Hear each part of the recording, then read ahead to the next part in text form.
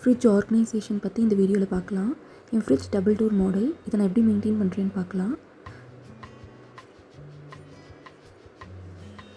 இந்த ஃப்ரீசர் ஜோனில் நான் பால் ஆடை, அப்புறம் பட்டர், அது இல்லாமல் பன்னீர், அப்புறம் சீஸ் வச்சுருப்பேன். கொஞ்சம் நட்ஸ் ஸ்டாக் பண்ணியிருப்பேன், அவ்வளோதான். ஐஸ் க்யூப்ஸ்லாம் அடிக்கடி வச்சுக்க மாட்டோம். செகண்ட் ட்ராவில் நான் கருவேப்பிலை, கொத்தமல்லி எல்லாம் ஒரே பாக்ஸில் போட்டு வச்சுருக்கேன். அதுக்கப்புறம் வெஜிடபிள்ஸ்லாம் வச்சுருக்கேன். அப்புறம் மாவு, கர்டு, பால், அப்புறம் ஃப்ரூட்ஸ், அதுக்கப்புறம் நம்ம காய்கறிகள். நான் அதிகமாக ஸ்டாக் பண்ண மாட்டேன், வீக்லி ஒன்ஸ் வாங்கி வச்சுப்பேன். தேங்காய் மூடி மட்டும் நான் ஃப்ரிட்ஜ் டோர்லேயே வச்சுருக்கேன். அப்புறம் மசாலாஸும் ஃப்ரிட்ஜ் டோர்லேயே வச்சுருக்கேன். அப்புறம் பேக்கிங் எசென்ஷியல்ஸுக்கெலாம் தனி ட்ரே போட்டு கீழே வச்சுருக்கேன். அதே மாதிரி சாஸஸ்க்கும் தனியாக நான் கீழே வச்சுருக்கேன். எங்கள் வீட்டில் அதிகமாக கர்ட் சாப்பிட மாட்டாங்க, பட் நான் வெண்ணெய்க்காக நான் கர்டு ரெடி பண்ணுவேன். அந்த ரெடியான கர்டை நான் சப்பாத்தியில் மிக்ஸ் பண்ணிடுவேன், இல்லை ஏதாவது ரெசிப்பியில் போட்டுருவேன். ஸோ சீஸ் வச்சுருக்கேன், பன்னீர் வச்சுருக்கேன். பன்னீர் இது ஹோம்மேட் பன்னீர், அது உங்களுக்கு ஸ்டோர் பாட் பன்னீர். இவ்வளோ தான். இது காலியானால் தான் நான் ரீஃபில் பண்ணுவேன். பாலேடு பார்த்திங்கன்னா எனக்கு 2 வாரத்தில் அந்த 2 கண்டெய்னரும் ஃபில் ஆயிரும். கண்டெய்னர் ஃபில் ஆயிடுச்சுன்னா நான் வெண்ணெய் எடுத்துருவேன். ஃப்ரிட்ஜுக்கு நான் வாங்கினதுலேயே ஃபஸ்ட்டு யூஸ்ஃபுல்லான ப்ராடக்ட் இது மட்டும்தான். ஏன்னா இதில் நான் அப்படியே கருவேப்பிலை, கொத்தமல்லி, புதினா, பச்சை மிளகாய் எடுத்து வச்சுப்பேன். ஸோ இந்த ட்ரே அப்படியே ஃப்ரிட்ஜிலேருந்து எடுத்து சமைக்கிற வரைக்கும் இது கூட இருக்கும், அப்படியே உள்ள தூக்கி போட்டுருவேன். ஒரு 10-15 ட்ரே, கவரு அதெல்லாம் நான் யூஸ் பண்ண மாட்டேன். எனக்கு இது டக்குன்னு யூஸ் பண்ணிவிட்டு டக்குன்னு உள்ளே வைக்கிறதுக்கு எனக்கு கன்வீனியண்ட்டாக இருக்குது. ப்ராடக்டோட ஃபோட்டோஸ்லாம் நான் உங்களுக்கு அட்டாச் பண்ணுறேன். நீங்கள் கூகுள் லென்ஸில் அதை ஃபோட்டோ எடுத்து நீங்கள் பர்ச்சேஸ் பண்ணிக்கோங்க. ஸோ வெஜிடபிள்ஸ்லாம் நான் இப்படி தான் ஆர்கனைஸ் பண்ணி வச்சுருக்கேன். கேரட், பீன்ஸ் மட்டும் ஒரே பாக்ஸில் இருக்கிற மாதிரி போட்டிருக்கேன். ஸோ எது எடுத்தாலும் நம்ம கேரட், பீன்ஸ் சேர்த்தி தானே பண்ணுவோம். ஸோ அந்த பாக்ஸ் மட்டும் எடுத்துக்கலாம். பாலுக்கு 3 கண்டெய்னர் தான். ஒன்று பால் குக்கர், அதிலேருந்து மாற்றி பால் பாத்திரத்தில் வச்சுப்பேன், மாற்றி வச்சுப்பேன்.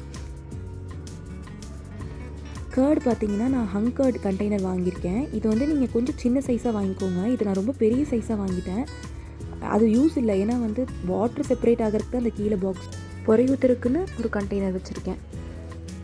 இல்லைனா தயிர் நிறையா ஃப்ரிட்ஜுக்குள்ளே இருக்கிற மாதிரி இருக்கும், அத்தனை பாத்திரத்தில் வச்சுருக்கிற மாதிரி இருக்கும். நம்மளுக்கு ஃப்ரிட்ஜுக்குள்ளே என்ன இருக்குன்னே தெரியாது.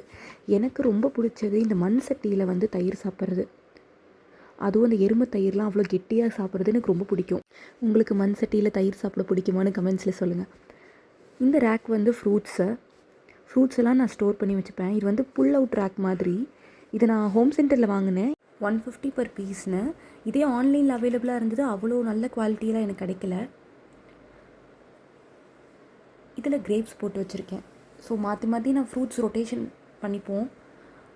அதிகமாக நாங்கள் டம்ப் பண்ண மாட்டோம். பாப்பாங்களுக்காக வீக்லி ஃப்ரூட்ஸ் ஸ்டாக் பண்ணி வச்சுப்போம்.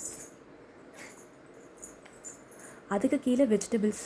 ஃப்ரிட்ஜ் டோர் எப்படி ஆர்கனைஸ் பண்ணியிருக்கேன் நம்ம அடுத்தது பார்க்கலாம். ஸோ கஸ்தூரி மேத்தி, அந்த பிளாக் பேப்பரோ இல்லை பிளாக் சால்ட்டோ இதெல்லாம் நான் அந்த பாக்ஸில் வச்சுப்பேன். அது இல்லாமல் நான் சாட் மசாலாவும் அந்த பாக்ஸில் தான் வச்சுப்பேன். ஸோ எனக்கு டக்குன்னு இந்த பேட்சில் இருக்கிறது எனக்கு எடுக்கிறதுக்கு ஈஸியாக இருக்கும்.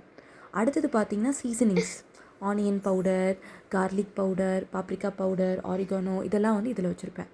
நான் பாப்பாங்களுக்கு ப்ரெட் யூஸ்வலாக வீட்டில் தான் செய்வேன். ஸோ அடுத்த கண்டெய்னரில் நான் ஈஸ்ட்டு, அப்புறம் மில்க் பவுடர் மட்டும் வச்சுருக்கேன். இது இல்லாமல் பேக்கிங் எசென்ஷியல்ஸுக்குன்னு தனி ரேக் போட்டு வச்சுருக்கேன். அந்த ரேக்கில் அந்த கண்டெய்னர் அந்த குட்டி கண்டெய்னரில் baking powder, baking soda, chocolate powder, அப்புறம் அந்த டாப்பிங்ஸ் இதெல்லாம் வச்சுருக்கேன். இந்த 3 கண்டெய்னர் பார்த்திங்கன்னா அந்த டொமேட்டோ ரேக்கில் எனக்கு வந்துச்சு. அதை தனியாக எடுத்துட்டேன், ஏன்னா ஸ்பேஸ் பிடிக்கல. ஸோ அதனால் தனியாக எடுத்துகிட்டு இந்த மாதிரி போட்டு வச்சுக்கிட்டேன். இதில் டேட் சிரப், இந்த பிராண்ட் ஹோம் டு ஃபார்மோட டேட் சிரப் சூப்பராக இருக்குது. சாக்லேட்டும் இதில் கலந்துருக்கும், ஸோ நல்லாயிருக்கு. இது இல்லாமல் ஹெர்ஷி சிரப், இது எப்போயாவது தான் யூஸ் பண்ணுவோம். சாஸஸ்லாம் நான் பாட்டில்ஸ் வாங்கலை, இந்த மாதிரி சாஷே பேக்கெட் மாதிரி இருக்கிறது வாங்குறது ரொம்ப நல்லா இருக்குது. சீக்கிரம் யூஸ் பண்ணிவிட்டு டிஸ்போஸ் பண்ணிக்கலாம். ஏன்னா பெரிய பாட்டில் வாங்கி அது எக்ஸ்பைரி ஆகி அது இடத்துக்கு இடமா ஃப்ரிட்ஜில் இருக்கிறதுக்கு இது எனக்கு கன்வீனியண்ட்டாக இருக்குது. இதில் நான் எசன்ஸ் இந்த மாதிரிலாம் நான் ஸ்டாக் பண்ணியிருக்கேன்.